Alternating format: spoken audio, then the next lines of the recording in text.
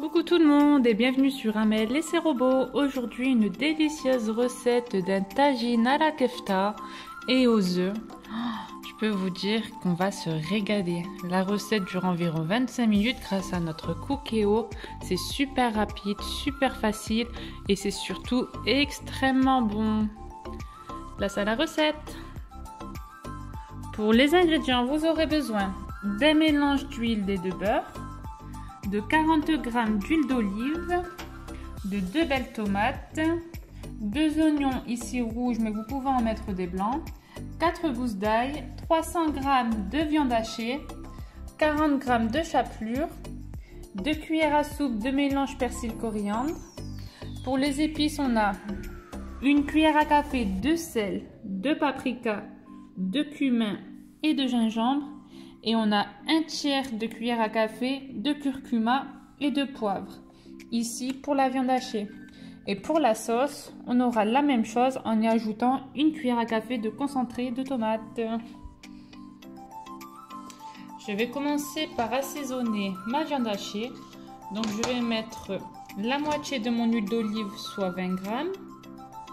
Et je vais hacher mes oignons. Donc soit vous prenez votre râpeuse et vous faites comme ça, vous râpez, voilà ce qu'on obtient, soit moi j'utilise le tornado. Donc je mets mes morceaux d'oignon, l'ail et je vais hacher tout. Hop, et voilà ce qu'on obtient, des oignons et de l'ail parfaitement hachés. Je le mets à ma préparation. J'y ajoute ma chapelure. La chapelure est très importante. Elle va vous apporter le moelleux à votre viande hachée. Je mets ma cuillère à soupe de persil et mes épices. Maintenant, je peux mélanger le tout. Mon mélange est bien homogène. Maintenant, je peux former mes boulettes de viande hachée. Donc, pas trop grosses. Voilà. Hop, voilà, vous prenez la viande hachée et vous la roulez entre vos mains. Hop. Vraiment, si vous n'avez pas de chapelure, vous pouvez la fabriquer en utilisant du pain qui est devenu dur et vous le mixez. Vous le mixez pour en faire de la poudre. Et si vous n'en avez toujours pas, vous pouvez prendre du pain mou cette fois, et vous le mettez à tremper dans du lait. Et vous attendez que le pain ait bien absorbé le lait et ensuite vous pourrez l'utiliser en enlevant le surplus de lait. Voilà, nos petites boulettes sont prêtes et ce n'est que maintenant que je peux allumer mon cookéo. Donc je vais dans manuel, cuisson classique, doré. Voilà, et je peux y mettre le reste de mon huile d'olive avec une bonne cuillère à soupe du mélange huile-beurre. Voilà, je reprends mon tornado, ou si vous n'avez pas, vous prenez votre hacheur et on repart pour hacher les oignons avec l'ail. Donc ce tornado là, il est de chez Guidomar. Mon mélange huile-beurre est chaud, je peux y incorporer mes oignons.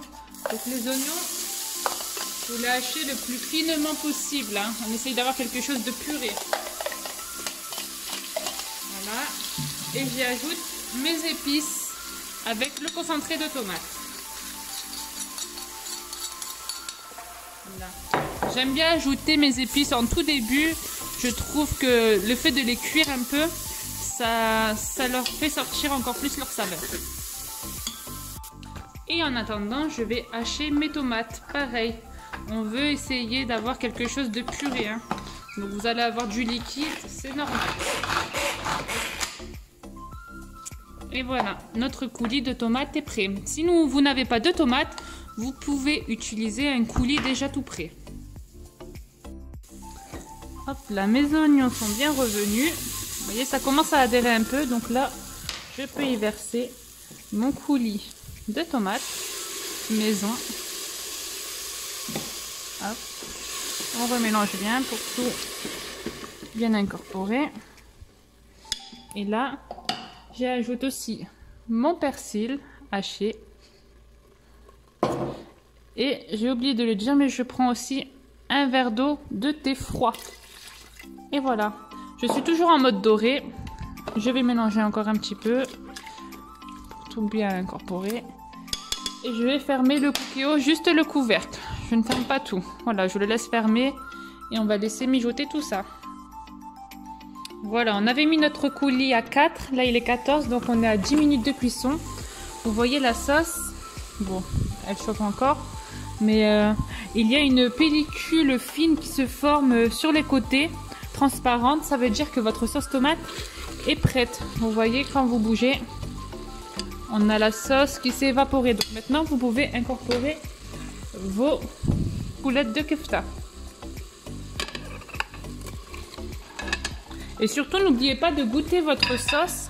Si celle-ci a un côté acide, ajoutez une cuillère à soupe de sucre en poudre. Voilà, ça calmera l'acidité. Donc voilà. Là, il est 14, donc on part pour 5 minutes de cuisson. Et en attendant, vous pouvez allumer votre tagine sur votre feu. Voilà, je mets ma tagine sur feu moyen et je viens mettre une petite cuillère à soupe de ce mélange huile-beurre. Voilà, j'avais ajouté un tout petit verre d'eau quand j'ai mis la kefta puisque l'eau s'était trop évaporée. Donc voici ce qu'on obtient. J'insiste sur le fait qu'il faut cuire votre viande hachée juste 5 minutes parce qu'on va encore la cuire dans la tagine. Donc vous voyez la tagine, le beurre a bien fondu, donc on va pouvoir mettre notre préparation à l'intérieur. Voilà, je verse dedans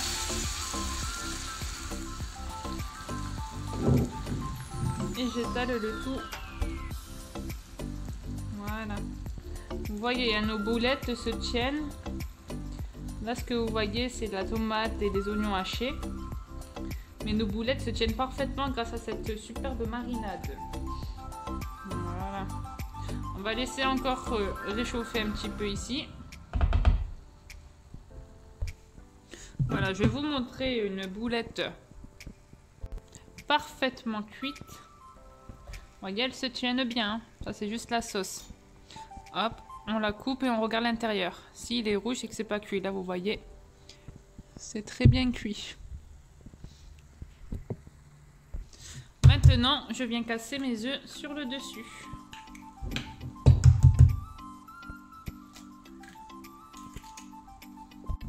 Et voilà. Bon, cette étape n'est pas obligatoire. Hein. Si vous n'aimez pas les œufs, vous pouvez ne pas en mettre. Et donc là, je vais recouvrir pour juste 2-3 minutes. Voilà. Surveillez bien cette étape. Il faut que vos œufs soient à point parce que le tagine en terre cuite continue de cuire même à feu éteint. Donc là, je peux éteindre le gaz. Et je parsème le tout pour donner de la couleur de persil haché. Et voilà. Vous voyez, le feu éteint, ça crépite encore. Donc la cuisson ne s'arrête pas. Voilà, on a quelque chose à point. Oh là là, il y a l'odeur dans cette maison, c'est magnifique. Et voilà, c'est ici que se termine cette recette. J'espère que celle-ci vous aura plu. Si c'est le cas, n'oubliez pas de vous abonner à ma chaîne et de liker la vidéo. Donc vous voyez, avec le cookéo, cette recette vous aura pris 25 minutes. Et vous voyez le rendu que vous avez. C'est juste génial. On dirait que le tagine a été cuit pendant des heures. Il faut savoir que la terre cuite, elle apporte encore un goût spécial à votre préparation. C'est juste terrible, quoi. Moi, je vous dis bon appétit et bisous.